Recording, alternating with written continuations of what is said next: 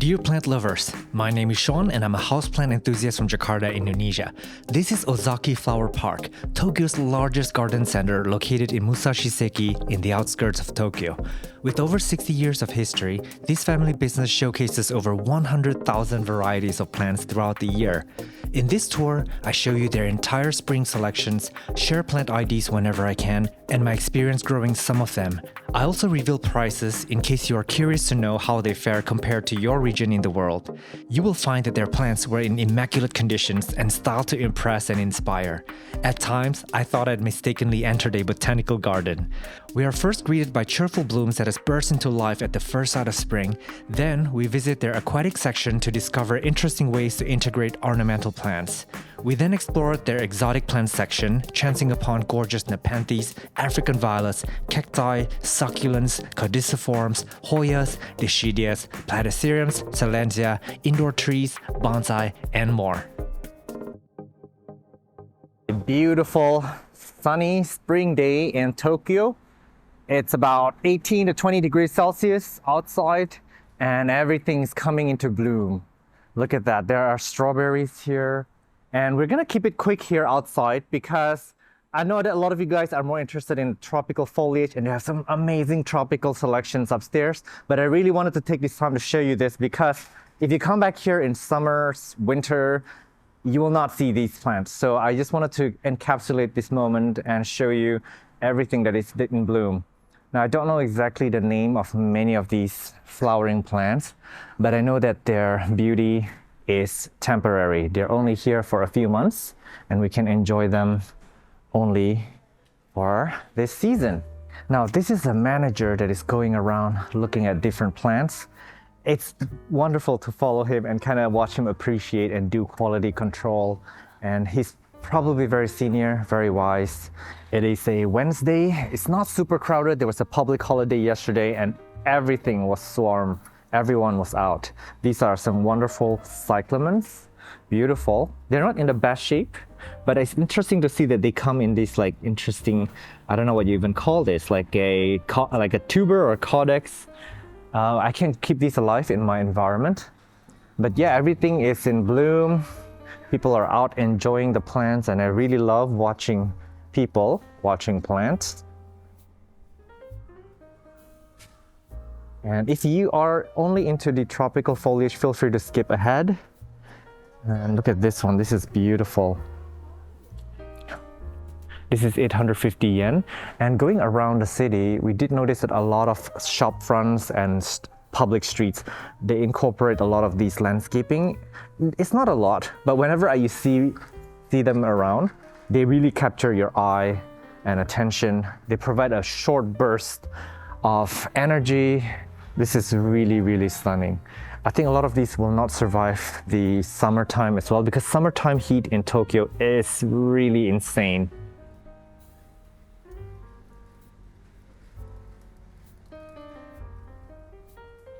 Feel free to pause the video if you see something of interest. You may even want to zoom in. We are filming in 4K and YouTube does have a zoom feature. Another look at the bonsai, and then these are roses.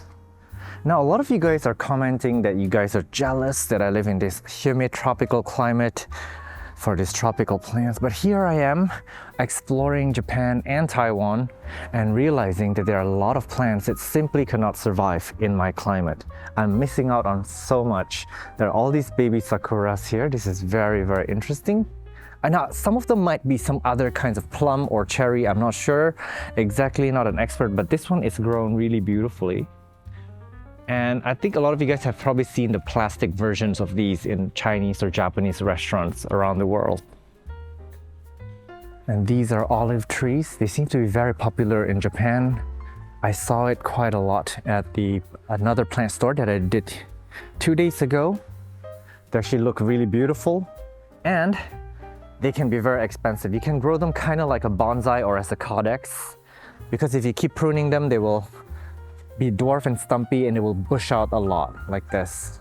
Here are some potting mix. I see pine bark. I think these are rice husks. I guess they do use rice husks as well. A lot of like perlite, pumice, probably Akadama because that's popular here. This is vermiculite. And It's very, very fast. This is burnt rice hull. So I guess they do have burnt rice hull here in Japan. And a lot of just different kinds of rocks because they use a lot of top layering on the soil to make it look beautiful, but also a lot of drainage. That is Akadama right here. Very good for bonsai. Now I'm just looking at random pots here and you can see that everything seems to have a lot of drainage in their potting mix. I'm not going to be going through the specifics of potting mix in Japan because I know next to nothing, and I'm sure different species require different kind of media, but it seems like they're going with the fast draining approach. Everything here seems to be very, very fast draining. I don't see a lot of cocoa products like cocoa peat, cocoa chips, maybe because they're quite expensive here, while they are quite readily available in Indonesia where I come from. The different kinds of moss here, and I think moss will be something that is very popular in Japan. It's got an amazing aesthetic, probably used in terrariums, but maybe, I'm guessing, even in some vertical wall setting. This here, this seems to be some kind of Amorphophallus. I'm not sure if this is a species or a hybrid. It is 680 yen, so this is actually very affordable, very cheap. And look at that, it's trying to put out some leaves over here. And then I can show you actually what the leaves look like there. This is so stunning. And it's also put out a flower, you guys. It's put out a leaf and a flower. This is probably a very dwarf, a very short type of Amorphophallus. Quite stunning. Look at that. You can see it almost looks like a pitcher plant if you look at it. This is really beautiful. I don't know if this can survive in my climate. Amorphophallus are actually aerates. And look at that one, the flower facing away from us. That is beautiful. It looks like a cobra. It's peculiar too. Look at that. It looks like little ginseng or little roots that are above soil, and it's sprouting flowers. And on top, you'll see what the flower is supposed to look like. 580 yen. It is a very good price. This is fantastic. I could really spend all day here. If you're visiting Japan, Tokyo, I actually recommend coming here in spring, if possible. But come here and take your time. There's so many peculiar things in this garden center. And there are all these bricks that people use to create, I don't know what you even call those, like those partitions, those little gardens. It's super cute. They're actually all over the city. And then there are some succulents here. Not gonna spend too much time on this, but I really would love to show you what they are growing here. Succulents are also a plant that is hardy towards temperate climates. That's why some of them do well here. There's so many varieties here. I see a sign that is 880 yen. These are really beautiful as well.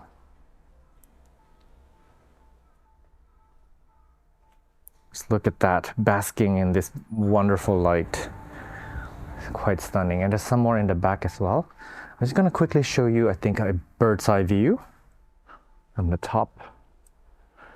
And then we will fade away to the tropical section where we'll spend a lot of time. And upstairs here, these are actually fake plants. And that is an example of a setup with the fake plants. Quickly going to show you around, and there's probably like a library behind with a lot of botanical books. Interesting Platycerium. These are all plastic and fake. And honestly, I have nothing against them. I really am okay with them. And in some cases, I did notice that Japanese incorporate both in public spaces. So in areas that are getting bright light, they have used real plants. And then in the areas that were more shady, they actually snuck some fake plants behind it. So that is actually very, very clever. These are some really high grade fake plants. Look at that. That's amazing. So if you really, really cannot care for them, you don't have the right conditions, it is okay to use fake plants. Just keep in mind though that they are made of plastic. They are not environmentally friendly. Make sure you buy high quality ones that will stay with you forever. And if you have a moving house or if you don't want them anymore, please donate them to people who may be able to use them, restaurants, cafes and such. Do not throw them away because they actually pollute the environment quite a bit. And plastic plants are really difficult to clean. So just keep that in mind. This Tillandsia xerographica, that's fake. It's even got like the fake trichomes on the leaves.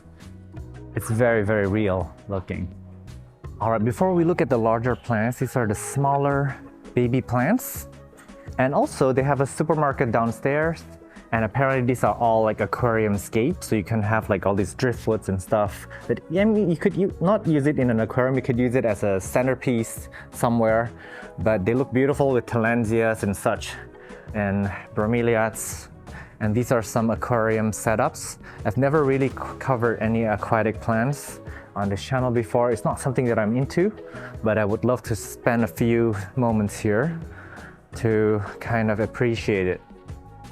This is an interesting hydro setup. So you have like rocks here. You have a water from recycling down from below, and then there's fish living under it. So the water kind of recycles itself in a way, and I'm sure the plants are very happy with this setup because it's getting nutrients and good water flowing through the roots, and probably very good airflow around the roots as well. These are very, very interesting setups indeed. This is semi-hydro, but dunked into fish water right away. Very cool. And then over here, we've got the same type of setups. It's a bit of a wider pot or wider aquarium rather. Interesting. And this one as well. Look at that. This is very, very, very cool. So you get fish and plant all in one. And these, I bet the plants that we saw earlier, these are probably destined to be living in the semi-hydro manner. That's why they're kept in a small pot and this kind of potting medium. So I guess you just want to fill the water a bit in the bottom and let the roots soak it up. And something about the Tradescantia zebrinas in Japan, they're very, very compact, very cute. It's very different from the ones that we grow that are a little bit more wild and clamory, if you know what I mean. This is the aquarium section. Look at all these aroids growing around it. Some are in bloom already. I think this area is getting very good humidity.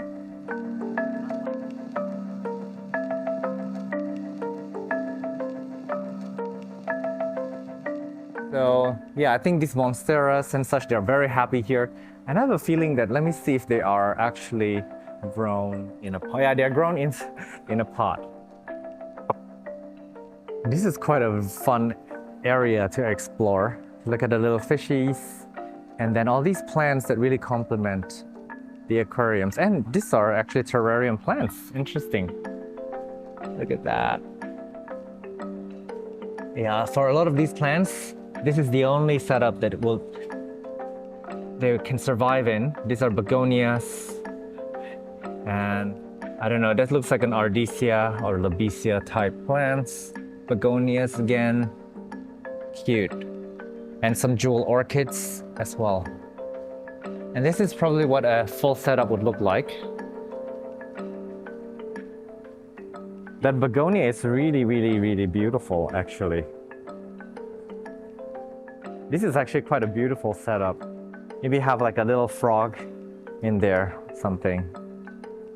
And this is really interesting. So these plants are rooted in fish tank water. And actually I've heard many instances of that doing really well for the plants.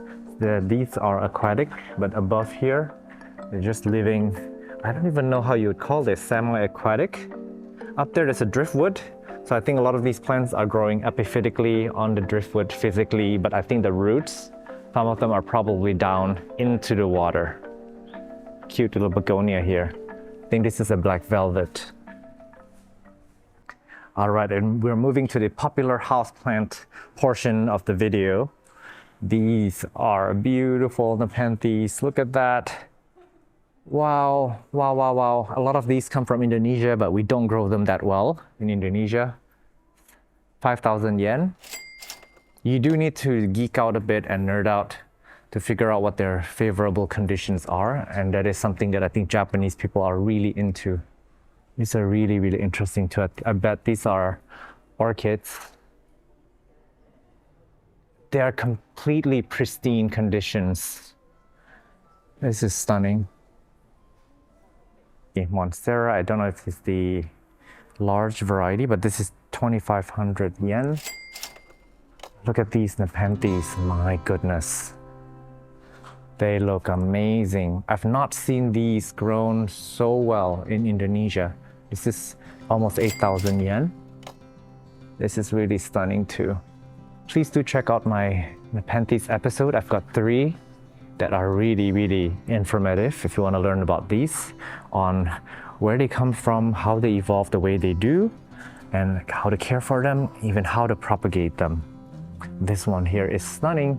This is also 8,000 yen, and it says on the label that this is the Nepenthes Suki. I don't know what that means. I've not heard of it, but the picture looks amazing.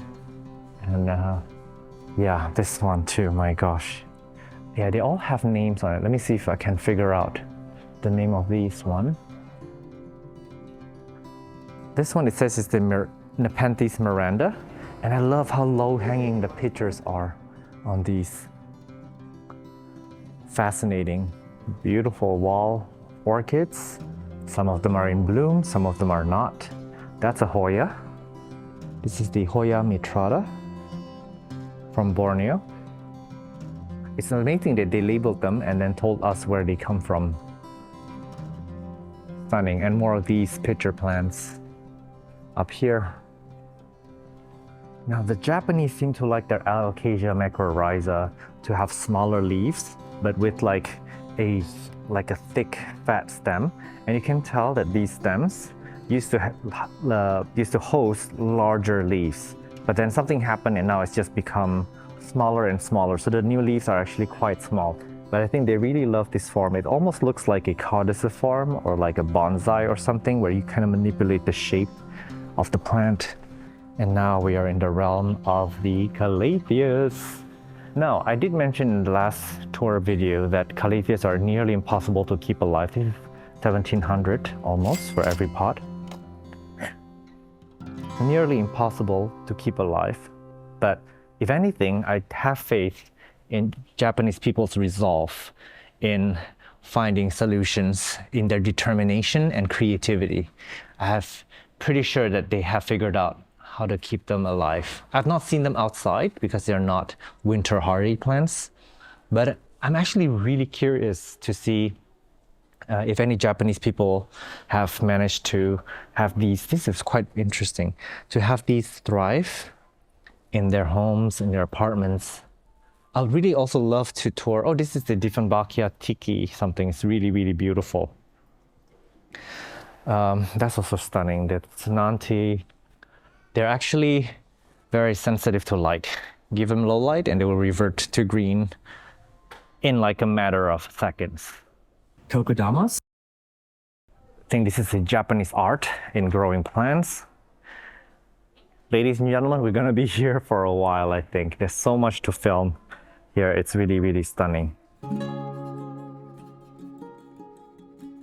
I actually posted beautiful Andreanums. I actually posted that I was coming here and that I was looking for some content ideas, but not many people actually got back to me. But I would really love to see what a typical Japanese houseplant collector look like, how they grow their plants. This is really stunning, wonderful fern. I actually don't like kokodamas, and I made that abundantly clear, but the ones in Japan are actually very adorable. There's something about them. Hupertias here, peace lilies. These are the variegated peace lilies. This is a very common type Dieffenbachia, not the reflector, I think, but it's 5,000 yen, which is actually very pricey. So some plants are a lot cheaper, but some plants are actually way more expensive than they are in my country. This is the fern section. Super cute. And that one is calling out to me. I don't know what this one is, but the shape of the leaves is probably a pteris type of species. Beautiful. They look almost plastic. And something tells me this is probably easy to care for. They're not thin. The fronds seem to be quite sturdy. And bam, these are all African violets, Streptocarpus. Some of them are variegated. They all have different flowers, but I think the price range is around 1,000 to like 1,700 yen. This one is a VIP, 1,300. Don't know why, but they flower so beautifully. This is a plant that can flower indoors and they can take a little bit of cold. Not too much though, they're not winter hardy. as far as I know. This one's looking really, really beautiful. But it seems like they are quite popular here in Japan. I've seen them around in plant shops and such. Aglaonemas. My gosh, they're treated like VIPs here. And in my country, they're a little bit more common. These are around 13,000 yen each. A little bit pricey. I'm really surprised by this. Look at that, that is beautiful. But these are actually quite common in my country. So I'm a little bit scratching my head. These are also 13,000 yen. Aglaonemas are actually very fast growing. They're easy to grow. The Aglaonema pictum tricolor, that one is 38,000 yen. Monstera Thai constellation baby. Sorry, there's reflection in the way so you can't really see it, but it's 10,000 yen. And some just beautiful Aglaonema actually. 20,000 yen. I don't know the variety of this. I've seen this around. Wonderful Peperomia here. The Argyria. Watermelon Peperomia. Got a few videos on these, on how I propagated them at 1,000 yen. This is fast growing, easy, but very misunderstood. A lot of people kill these. And this Dischidia here, it is some kind of Pactinoides or a hybrid. They're really beautiful. Ripsalis. They look really beautiful. I think Ripsalis is a plant that is also appreciated here in Japan. This one is so stunning. 2,500 yen. Hoya carnosa and the pubicalic splash, the most common Hoyas in the world. This has got to be the largest H-cananthus that I've seen. Look at how long it's trailing down. And then there's a lot of Alocasias here, jewel Alocasias, the Frydek. Let me check out the Frydek is 2,500 for this. And then this is Silver Dragon, if I'm not wrong. And these are probably Watsonianas or Bambinos. This is probably something that Japanese people would love for its shape. I did mention in my video that when I propagated these, that these are very zen. Oh, 500. Very cheap. I'm surprised that this plant, which is slower growing, is cheaper than that one. It's half the price. I'm very surprised by it. But this has a very Japanese type sensibility, this Peperomia. Feel free to search on my YouTube channel on how to care for and propagate the Peperomia hope. These are Vanilla planifolia variegata, variegated vanilla orchid, 3,000 yen. A lot of begonias. We did a begonia episode, or a few of them in Taiwan, so we will not be giving them too much attention here, but they're about 2,000 yen per pot. A lot of bonsais here. Beautiful. And these are lifelong companions, so you got to choose one that calls out to you. Sometimes we don't pick the plants pick us. More Dischidia. These are probably the imbricata, 8,800 yen. Really stunning. They really love the Dischidias here, and I do too. This is actually a genus that I find very adorable. Really, really cool Schefflera, 2,000 yen. Beautiful, look at these. And back there, there's like a wall, a green wall covered with plants. Let's quickly look at them.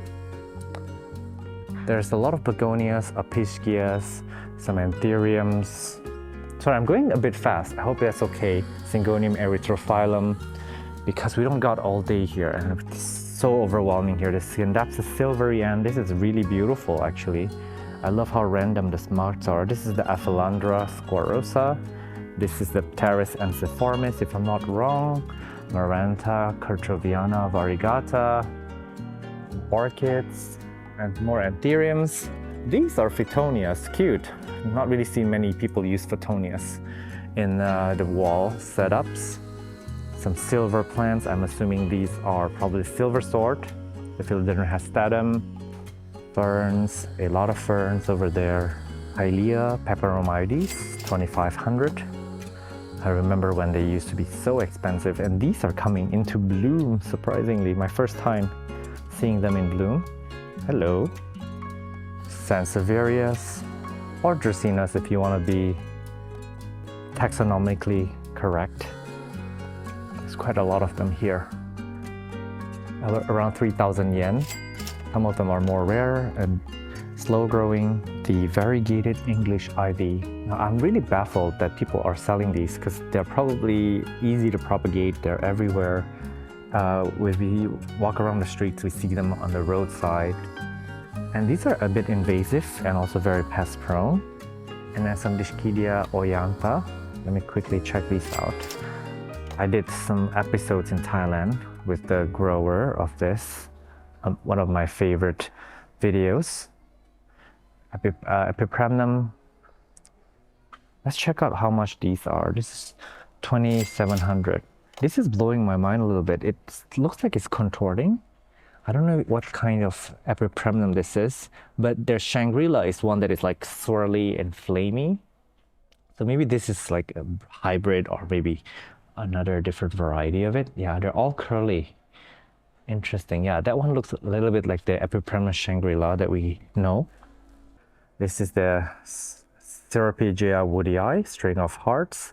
Nice to see you here in Japan. 680 yen. Some more Aglaonemas here. This one is a lot more affordable. 1,700. Some Peperomia.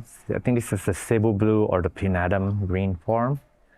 A lot of the aroids that we're very, very familiar with. I'm not going to give them too much attention. This huge pot of Brazil. This is beautiful with a blue backdrop as well. Syngonium, Podophyllum variegatum, 3,000 yen. Probably a Hoya Burtonii. It's a large pot of it. Philodendron tortum is hanging up way up high. There's a few plants living in this pot. They actually look really beautiful when you view them from down below. There are a lot of hanging plants, I guess because they're so strapped for living space here, that a lot of the plants can only live up and up, away from, object, furniture and such. More aroids, but I really want to bring your eye to this Squamiferum. Chubby leaves. Hello, this is so adorable. It's 2,000 yen. Some Prince of Orange, 3,000 yen. I'm surprised the Prince of Orange cost more than the Squamiferums. Some Birkins here. Nice to see you. This section here is quite cute. I love clumps of these Philodendron brantianums. We used to grow them as single vines, but they look amazing in a full pot like this. 500 yen. The Philodendron Brazils. Stunning as well. I'm curious to know if they actually import these from Thailand or Indonesia or places like the Netherlands, or if they grow them here. There's some wonderful hangers here, some macrames, and these are really super cute. These are really good for Tillandsia. And a lot of really cool hanging pots up above. Look at that, feast your eyes. This is stunning. And all these misters. Sorry, it's actually a bit noisy where I am, and I'm also keeping my voice down. If you notice that I'm keeping my tone of voice a little bit softer, because in Japanese culture, it's not okay to speak out loud. It's not okay to disturb other people. So I'm just being a little bit mindful. I must say though, these are some gorgeous macrames. They can hang like pots in them. This is really stunning. And I'm sure the gardening tools are gonna look amazing. Look at that too, all these gloves, all these fancy shovels, all these watering cans. Also some things that if you come here, you can buy and bring home and have a piece of Tokyo with you. These are also very beautiful. And my gosh, these are all like your garden supply, your fertilizers, pesticides, safety gears, potting medium. Oh man, this is also very cute. Look at all these watering cans. Man.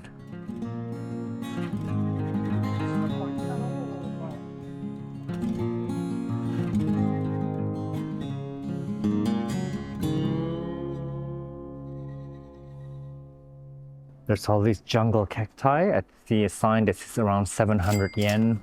There's quite a few varieties of these. quite curious looking, and they can stand a bit of cold. Maybe like spring weather is okay for them. I'm not sure if they can fare well in like 0 degrees temperature, but I have seen these hung outside in Taiwan and also in Japan. Now we are entering area B. I think these are the larger plants in the garden center. There's so many beautiful pots here. Look at that. These are all future homes for plants. I love looking at pots. I love collecting them. And back there, I don't think we're going to go up there because we don't have all day. A lot of interesting pots. But let's quickly look at all these plants that will potentially turn into indoor trees. A lot of Dracaena, Schefflera, Anthuriums. Now I don't know what this is, but I see them all around town. This seems to be a very popular plant. It's 7,000 yen, which is not very cheap. They kind of look like the Hoya carnosa compacta. So their leaves are kind of curling in on itself. Something tells me this is probably very pest prone because a lot of pests can hide in between them.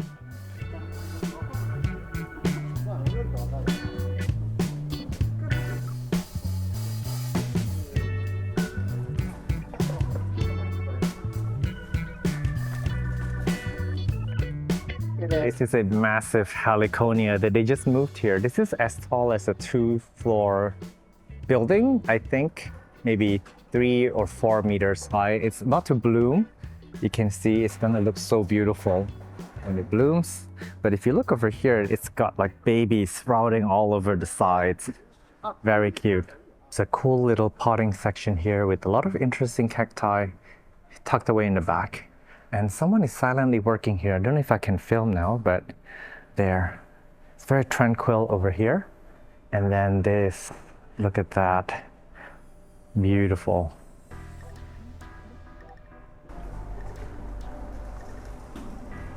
I have a feeling that there's a demand for these, like in shopping malls, offices, and maybe in living rooms.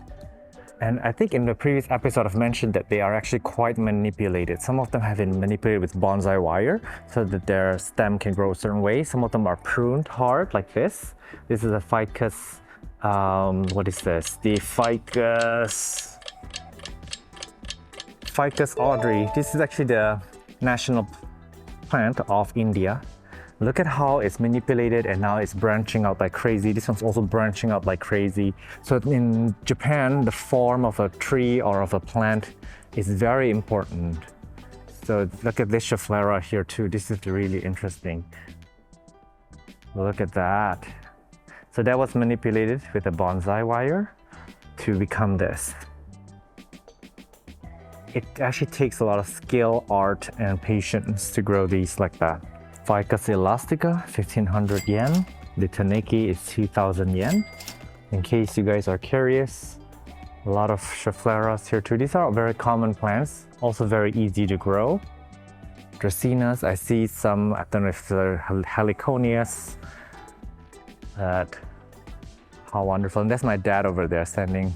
He's waiting for me to film. Thank you, Dad. By the way, this channel would not exist without him at all. He has given me the education to be able to appreciate and to be able to communicate, to visually tell the story. And these trips to Taiwan and Japan is only possible because it is actually a family vacation. So all expenses are covered by my parents. So I'm really, really grateful for that. And they took the time out to come out with me to film these things. So yeah, I want to express a bit of gratitude here. And this is really interesting. I've got a beautiful shape. Stunning. Because this plant is usually grown straight up. I mean, all plants do want to grow straight up. They don't want to bend like this. But this is done really beautifully. They've pruned and manipulated the plant, bent its will into this shape. Man, I know that I wasn't going to talk about pots too much. But look at that. Oh my gosh, this is so beautiful. Some interesting cordyline here, stunning. This one is 1,000 yen. This is the kiwi, I think. This is really beautiful. This is the 3,700 yen. I don't know what this one is, but look at the, do you even call this a codex? Look how elegant the shape is. This is beautiful. And then, if you look at the leaves, there we go. This is really, really stunning. And this here, it says it's a Tillandsia. And look at it. I swear this is actually a euphorbia. I don't know why they labeled it as such. I will figure out if this is actually a euphorbia or not, but it's beautiful. Look at that. This looks to me like a Hoya. Forgot the name of the Hoya, but it's got this shaped leaves. But I don't know. It's 2,500. It's really, really stunning, the leaf shape of these. This is the cacti section. This euphorbia pencil cactus. And there's a lot of cactus back here as well. It is so nice here.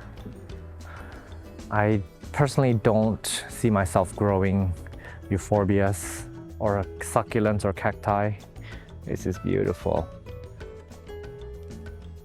But I can definitely appreciate them when I see them out.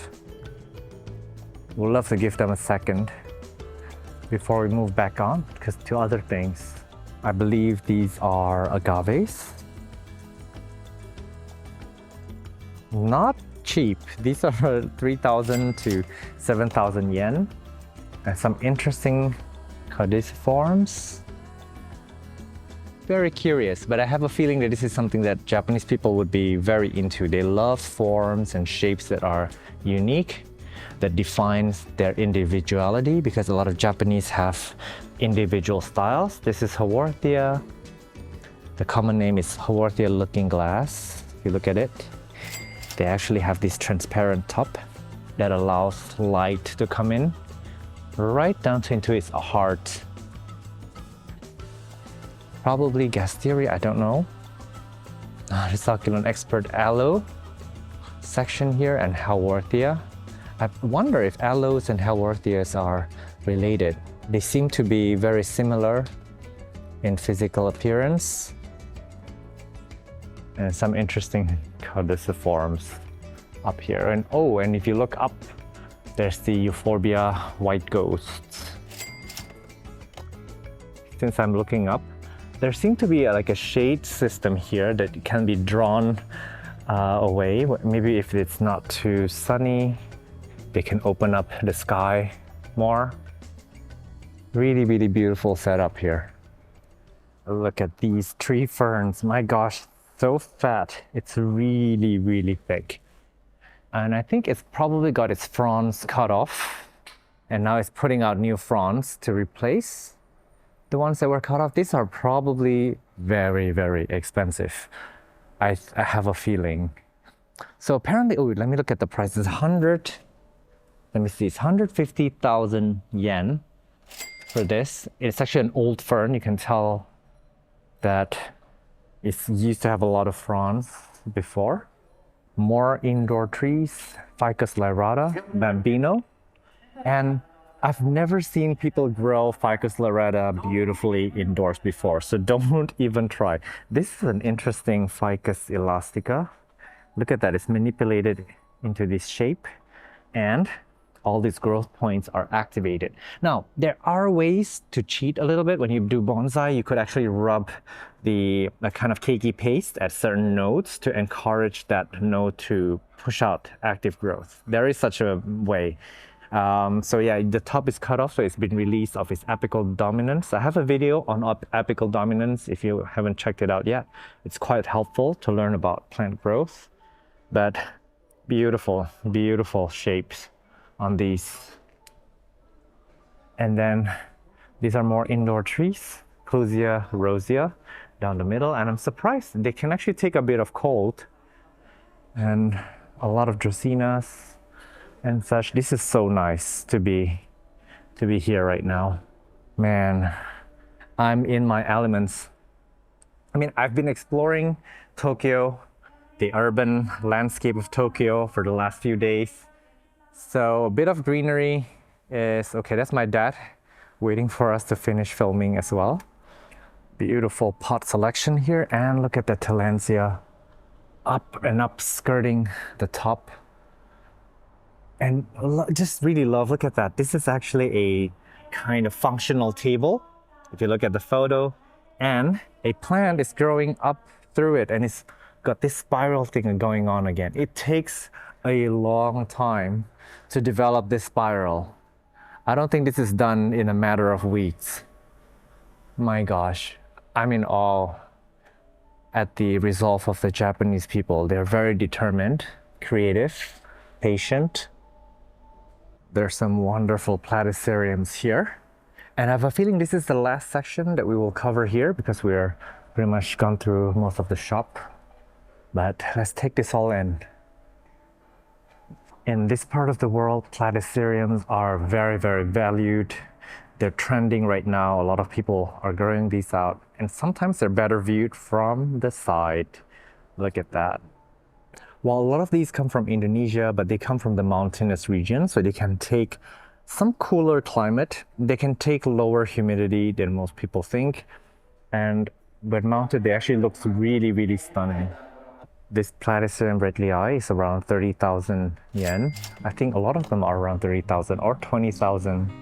But very beautiful. And this is like something that the Japanese are really, really into. I think the sensibilities as well, that kind of untamable wild nature of these fronds and the way that they are mounted, which is very similar to the Kokodama. Please do check out my Platycerium episode to see some rare specimens of these, and also with really specific care tips on how an expert grows these, because the care is very different from my care in the tropical climate, and I'm about to revise the way that I care for and appreciate these wonderful plants. Look at that, this is so stunning. Man. I mean, these are also wonderful plants for like cafes and such because they provide such wonderful ambience, beautiful mood, something to look at, something interesting. And all of them look different. No Platycerium look alike. Even within the same species, they would grow wildly differently from one another. Look at that one. That one's still expanding in size. So you can see that the fresh new frond, it's still growing outwards. Someone needs to start doing time lapse of these. They will look amazing in time lapse. How dramatic is that? Look at that. And in my episode with Pak Chandra at his house, he has two massive Platyceriums greeting everyone coming in. And they're such statement piece, such conversation starters. So I implore you guys, if you're new or you think that your conditions may be quite favorable for them, give them a try. Give them a try. They're surprisingly easy, maybe a bit misunderstood, but they're very easy to care for. Oh man, and this is super cute. They have Platycerium boards here, and the shapes are actually quite wonderful. They quite complement the shape of a Staghorn fern. 5,000 yen. This is really stunning, you guys. And look at that up there. There are Platyceriums in Kokodama, in rows and rows of them. So, my gosh. And I also know that they are propagated by seed, by spore, but then they do take a long time to get to a certain size. They're also coming into tissue culture, so the prices should come down quite a bit, and most people should be able to afford them. And maybe we'll even be able to see a lot of them in landscape. Look at these. These are grown in half coconuts. Very cute. My gosh, I'm so inspired. There's so much that we learned today. So I want to thank Ozaki Flower Park. I know that I actually did not specifically ask for permission to film. Language would be a barrier to do, and this is very impromptu. And I'm filming this episode with only good intentions. And I hope that people who are visiting Japan, if you're a plant lover, come here. Spend half a day here. You won't regret it. There's a lot to learn. I did not even manage to cover a lot of the interesting features here because I've only given myself about 2 hours to be here today. This is really cute. And they're put on these cocoa chips, bed of cocoa chips. An interesting way to display the Tillandsias, and they're basking in this wonderful springtime sun. Stunning. Look at that. Yeah. I think it is probably time to bid you farewell. I feel this video is becoming way too long. So thank you so much for coming with me on these trips. Please stay subscribed. If you haven't subscribed, please consider doing so. Comment on this video, it will help me out a lot. Send this video likes, so YouTube will push my videos for other plant lovers who may be into the same kind of contents. I hope that you guys are staying well, and I will see you in the next one. Bye.